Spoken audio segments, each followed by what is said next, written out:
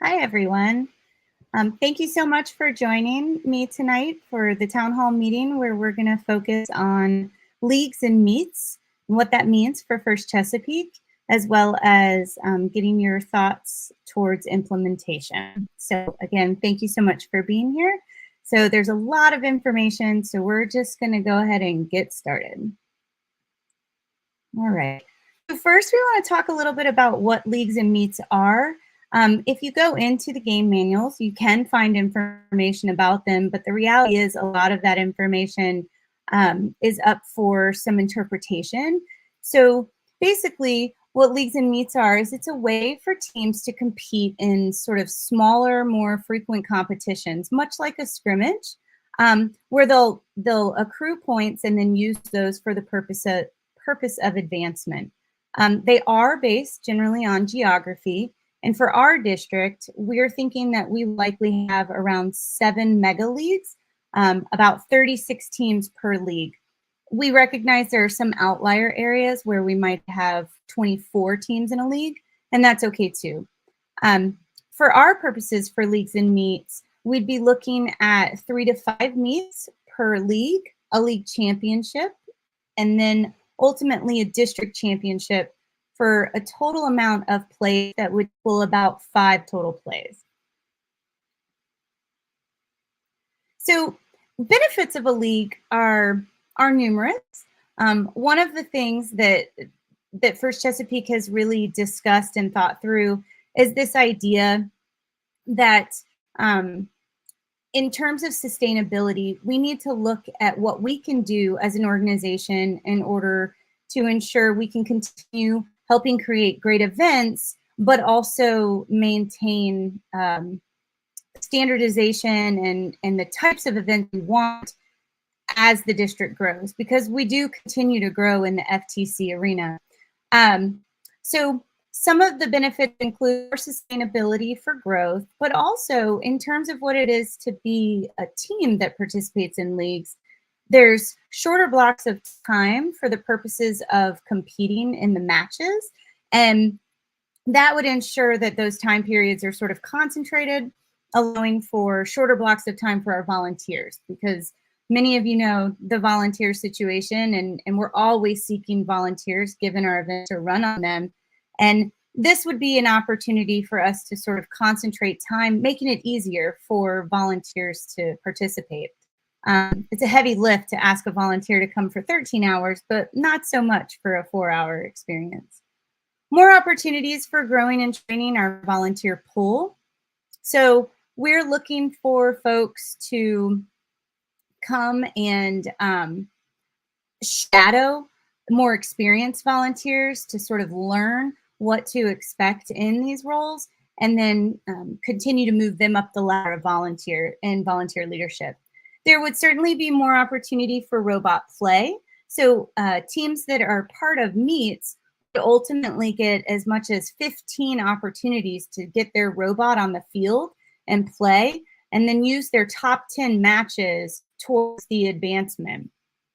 So it's a great opportunity for more robot play. At our meets, you wouldn't have to worry about things like judging, because the focus would be specifically on robot play, and the judging aspect of things wouldn't be introduced until the league championship. What that can do is ultimately give us some time for teams to learn from veteran teams ways to do better in the judging rooms, ways to improve their outreach, and be able to collaborate amongst teams more easily. It's also finally easier to find a venue where it's a smaller event, so maybe 12 teams at a scrimmage type meet. So you can do it in a church basement. You could do it at a rec center in a multi-purpose room. You could potentially do it in a school just after school in a large area. And so we wouldn't have the same type of requirements that we do currently for the meets that we would be participating in. So again, the structure would be that we would have multiple meets over the course of our season timeline. So our season would likely run similarly to what it does now. So it would start in early December It would go through mid to late January. And during that time period, the meets that would be offered would be up to around 9 meets, allowing for teams to go to at least 3 of them. Of those 3 meets, they would use their top matches up to 10 matches in order to accrue points to work towards their league championship. At their league championship, it would be much like a qualifier. So they would ultimately do what they're used to doing. They would just show up with a certain amount of points because of the meets that they had been participating in prior to that. That would then lead to the final advancement, which would be to the district championship. And at the league championship, they would continue with judging and awards, and then of course post-district championship would lead to worlds. So the advancement is really quite similar. The major difference would be that that you're having many opportunities to iterate and collaborate prior to getting to the place where you're working on judging and awards. Again, we're looking at around 7 mega leagues, but we may need to have a larger amount in order to accommodate our final numbers. That's something we're still determining, and that is based on the numbers currently, but we are continuing to grow. It's also, we expect that there would be between 24 and 36 teams per league. So in terms of league management, this is where teams become critically important to the success of this implementation. And so the way leagues are run is similar to how qualifiers are run. So you have leadership roles, but we would refer to these as our league administrative teams or league admin. And what we'd like to see those teams be made up of are either nonprofit organizations in the different geographical regions that exist within our district, or a couple of teams within a region that would be willing to take on that leadership role. So either would work, and a combination could potentially work. The idea behind having 2 teams take on that leadership role would be that the teams could then partner and share the responsibility of running those meets and then ultimately helping with the league championship once we got to that point. The league admin team would include a league administrator. So again, much like a tournament director or event manager for our qualifiers, and a volunteer coordinator, because at the end of the day, you're still going to need someone to take charge. And then ultimately, we'll have volunteers at the sub-regional level. That's what we're aiming for. And so thinking of our district as one large area, and then we have these little pockets where we have high concentrations of teams, those areas would ultimately become not just a league, but also a sub-region where volunteers would be recruited, trained, and ultimately help and go and attend these meets, and then ultimately the league championship. So the key roles that we would need at meet would be a referee, a CSA, an FTA, a robot inspector, and a scorekeeper. And then at the league championship, we would need a JA. So you wouldn't need that at the meet. But what we're looking for is sort of how we do it in FRC, where you have a head or a lead person. And then under that person, you have, multiple people who can do the roles beneath them. So think head judge, and then, we've got maybe 7 or 8 JAs that exist in the district to help manage the leagues. We have a head ref, and then below that we have the head refs for each of the leagues, and then they'll manage the refs beneath them.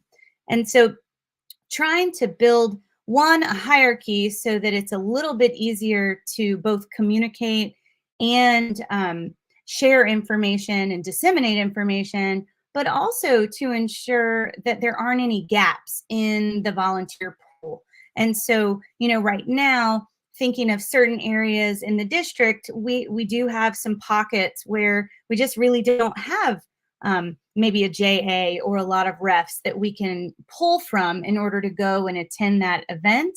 And this way, we're trying to create a hierarchy in a pool so that we've got people shadowing and training who would be ready to move into the next level of position, and then ultimately to a leadership or head position, so that people don't feel like they have to stay in this forever and have no exit strategy when the time comes, because sometimes life requires us to do other things. So that's sort of the overall management of the league. So it would really fall onto a group of key volunteers and some leadership specifically to be in charge of managing the leagues, which means managing the meets and ensuring that the league championship is moving towards execution or production.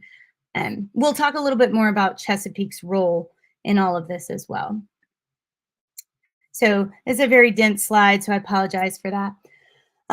So in terms of the meet schedule, and again, this is just one idea. So following this presentation, if there's time for questions and answers, we'll certainly take them.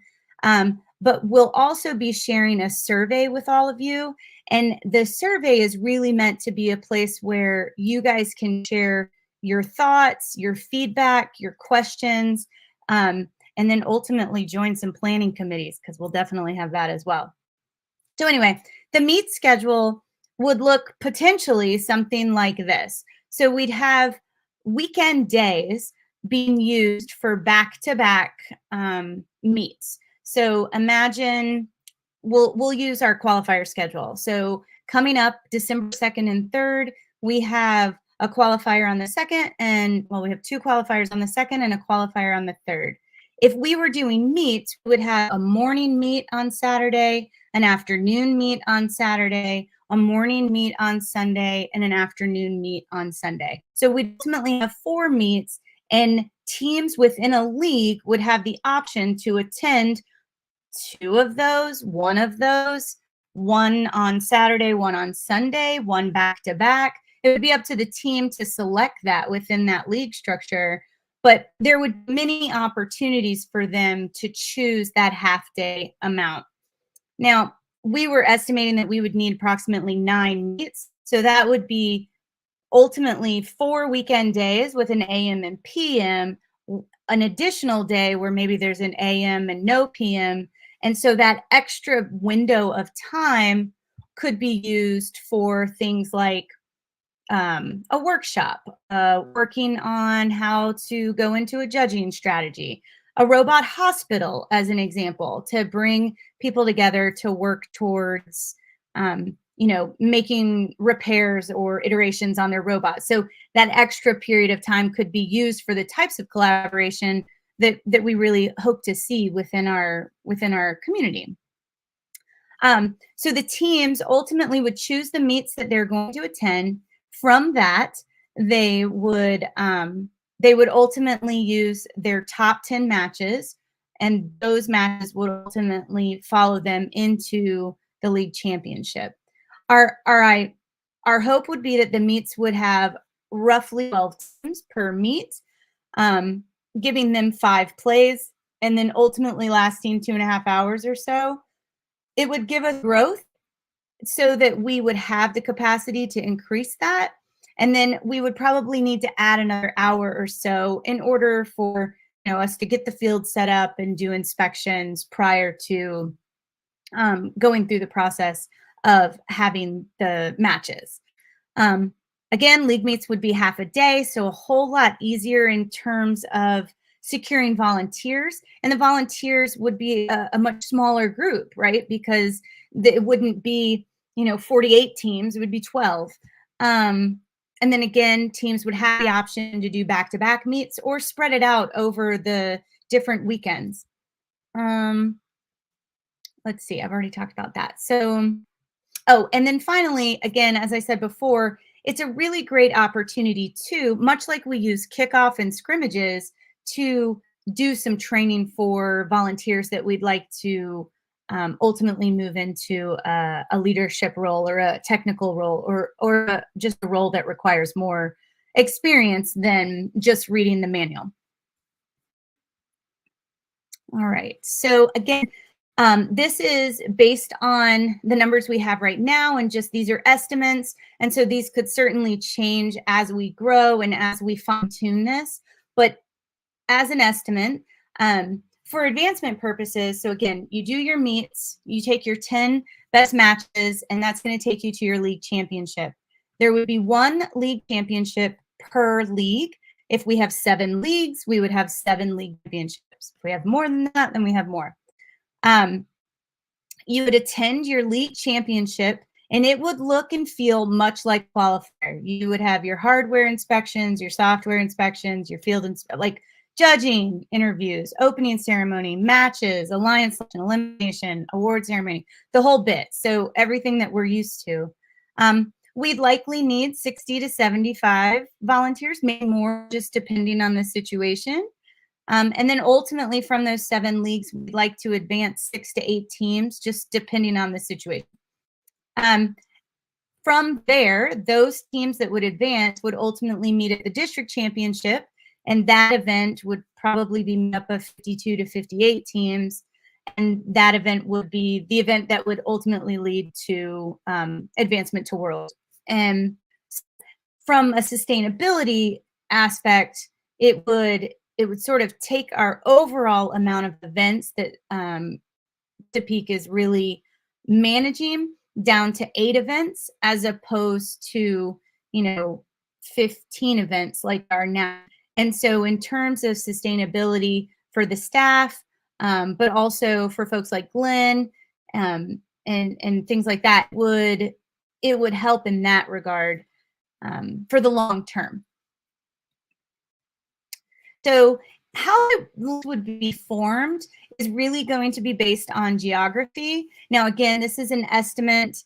So 50 to 100 miles is a lot of miles. Recognize that. It could easily be closer depending upon where you are. So if you're in a more urban or concentrated area where there's many, many teams, then obviously you would not be traveling probably a great distance. If you were in a more rural area, or further out from large groups of teams, then you may have a little bit more travel. But again, our goal would be to keep it reasonable so that hotels and things like that would not be necessary.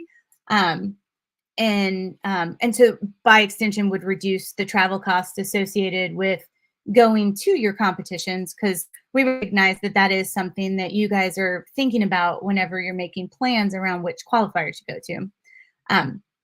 So ultimately, Chesapeake would be using an algorithm for the purposes of creating those leagues based on where those concentrations exist. Teams from one school or nonprofit would be in the same league. Once those leagues were created, there would not be changes to the leagues, simply because once we start, we're not going to be able to backtrack, and one change could ultimately really upset the balance that's created. And teams would still need to register with First Inspires, and they would still need to register with First Chesapeake, much like we do now. And but that would be how the leagues are formed, and the routine for that, the protocol for that, is something we're still working through.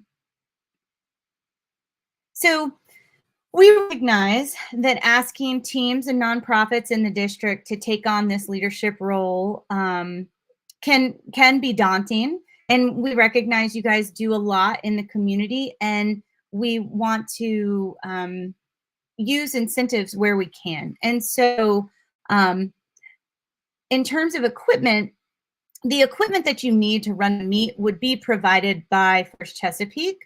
But for sure, we would also be giving the league admin team a set of field elements that they'd be using at the different meets, but that they would also potentially be able to use themselves. For the purposes of implementation, when we get to that, we will be utilizing some kind of stipend in order to assist in that, because obviously anytime there's change, the growth on that and the work that's needed is generally higher. The duration of that stipend and what that stipend would be is still to be determined, but there will be some type of financial support for the league admin team.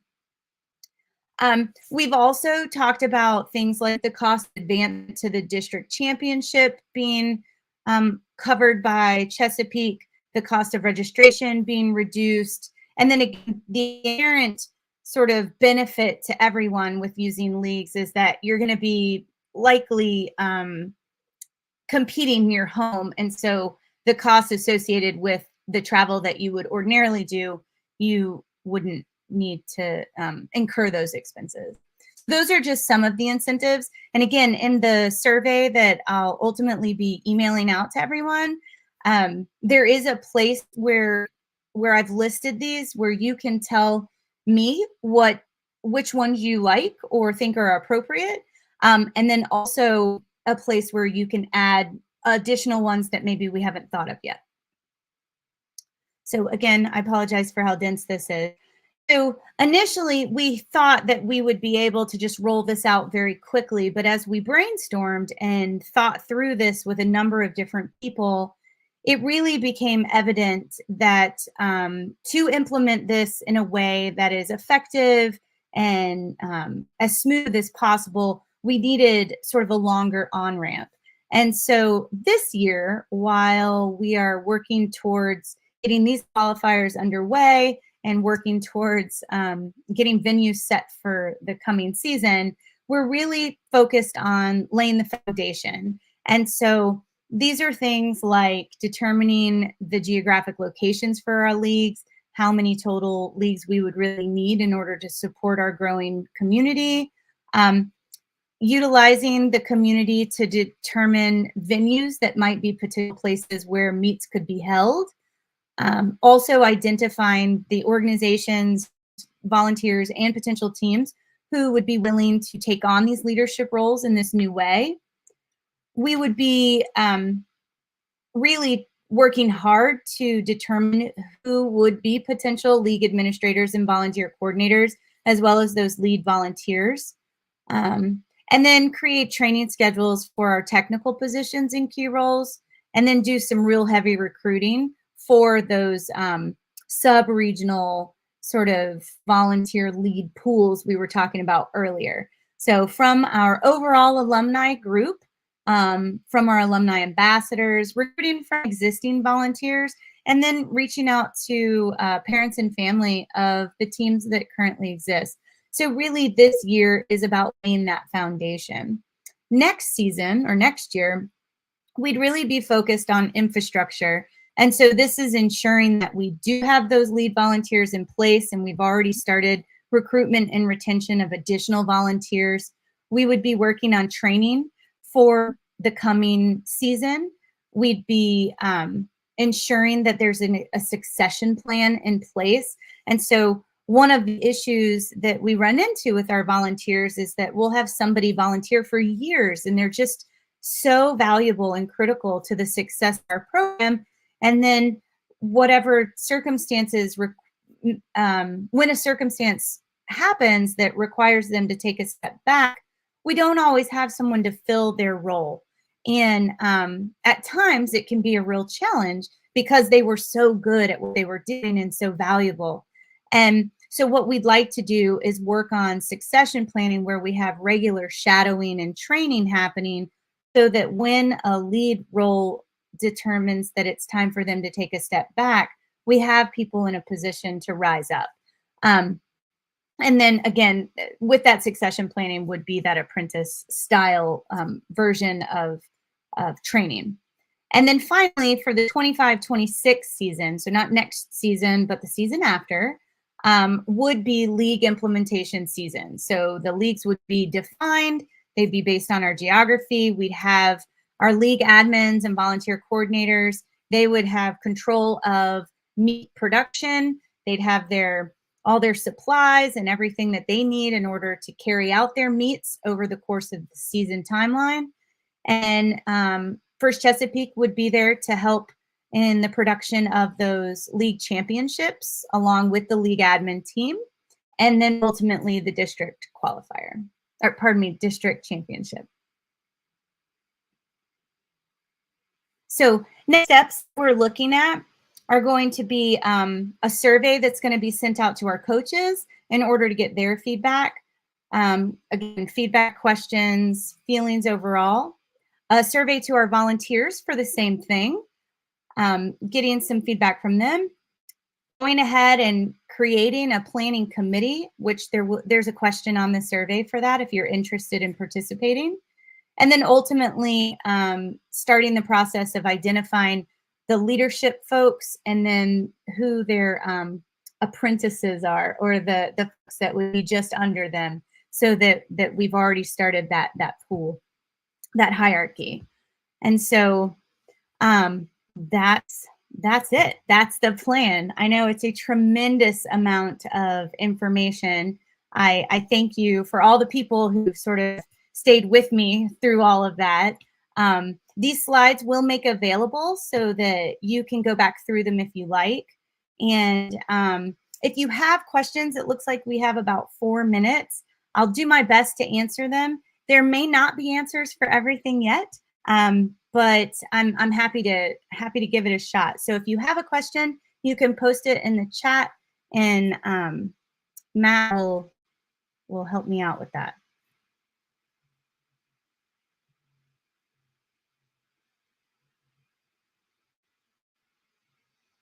That is correct. So the question is, would the league structure ultimately replace the qualifier events? And that is true, yes.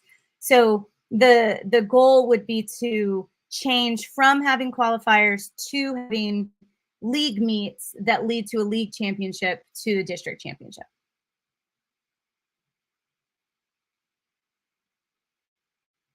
Incentive.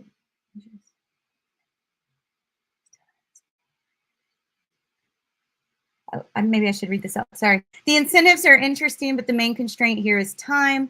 There's a lot of work in addition to being a team and coaching. Few teams and coaches may have time for both. Survey results are going to be important to see what kind of uptake to expect. Thank you. It's totally true, John. We do recognize that there's a lot involved in this. I will say, I suspect that first year is going to probably be a heavy lift, no doubt. But I do think that after we've done it for a year, I think what people are doing already for the purposes of creating a successful qualifier, I suspect it will be a little bit easier to get the meets going and off the ground compared to that. But I agree, there will be a heavy lift in the beginning for sure.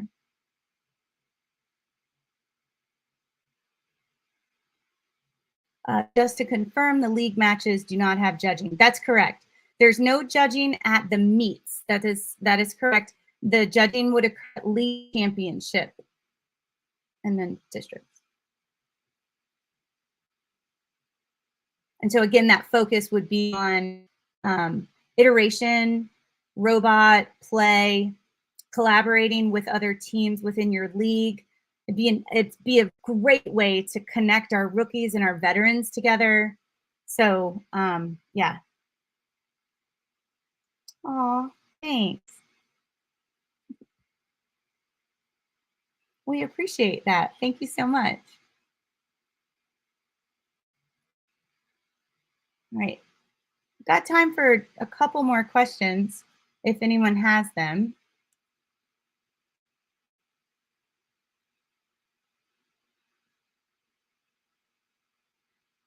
So I do just want to end by saying thank you to our community. I know we've had lots of changes over the last few years, especially coming out of COVID, and your continued patience and flexibility and willingness to work with us as we make changes, do what we can to make things the very best we can. We have a tremendous amount of gratitude for you guys. So thank you for that. Be on the lookout for my email with the survey, and I look forward to hearing from everyone. And thank you. So have a good night, everybody.